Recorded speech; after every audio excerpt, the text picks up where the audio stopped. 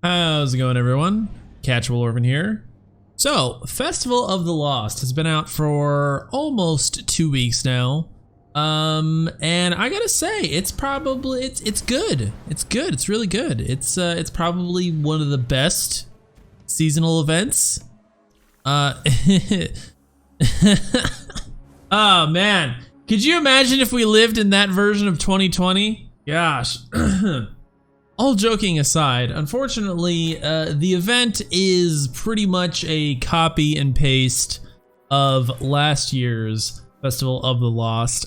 If it even seems a little watered down, even more so than that event was, it feels like they did next to no work making this iteration of the event any bit of improvement or acceptable or meaningful. There really just isn't anything about it that's an improvement over last year or the year before. Honestly, this might even be the worst version of the event that we've gotten. The activity in and of itself is super easy as long as you have a full team. If you guys are all running, Falling Guillotine, Oppressive Darkness, if you have the Festival of the Lost mask equipped and you have the perks that are only active in the forest active, you can just steamroll through. And my group is able to get to, if we were really trying, 8, 9, 10 branches easily. I know that by this time we were supposed to have Beyond Light, and if it had released on time, maybe the event would be different. Maybe the rewards would be justified.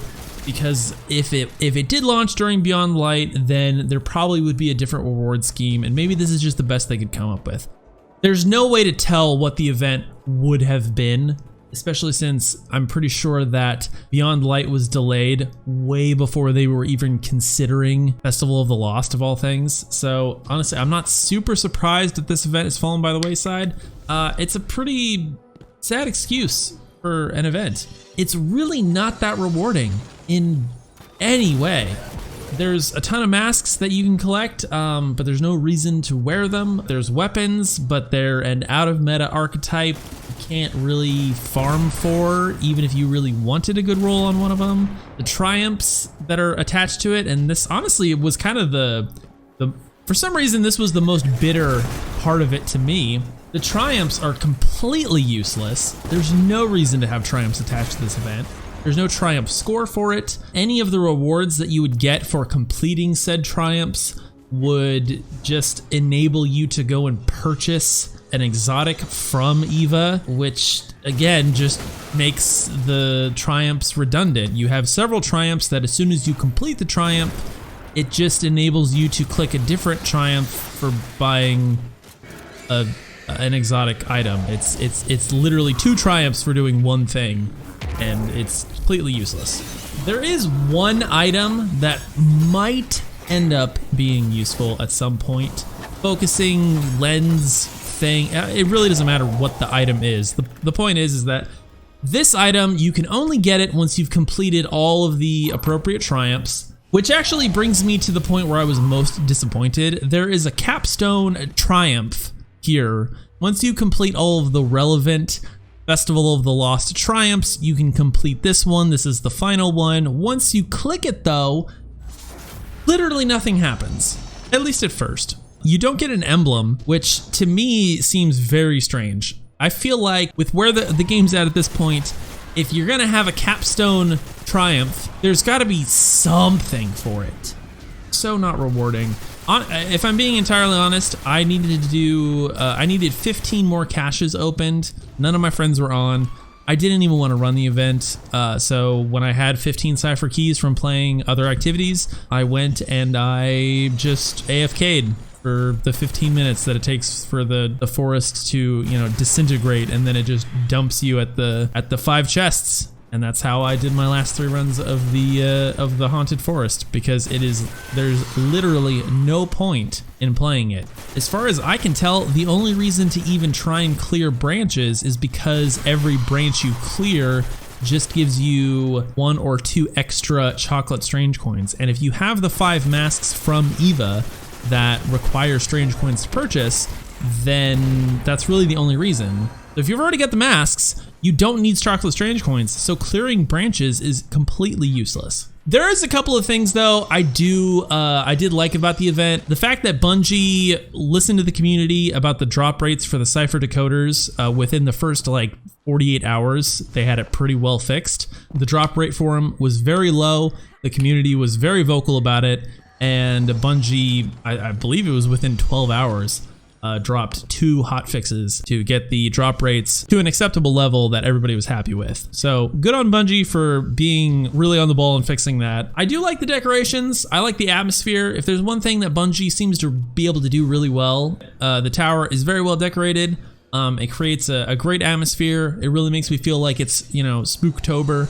And given how this year has gone, a little bit of normalcy and, you know, familiar feelings are definitely welcome. Some people didn't like that you could go to other activities and that was the only way to get Cypher decoders. Personally, I didn't have a problem with this. I didn't really want to play the forest all that much. So the ability to go and play some of the other activities that I did enjoy and then have those drop anyways from them, I actually really enjoyed. Me and some friends were having fun in survival of all things, and I would get probably 2 Cypher decoders every 2, maybe 3 matches, and we were playing that anyways and having a good time. So in my opinion, being able to play other stuff and then go do runs through the forest once you get an appropriate amount of keys, I enjoyed that about it. The forest itself, I don't actually know if I have too much of an issue with. I know some people are very tired of running that because it's been the same thing for the 3rd year in a row. But if I'm being entirely honest, every activity in Destiny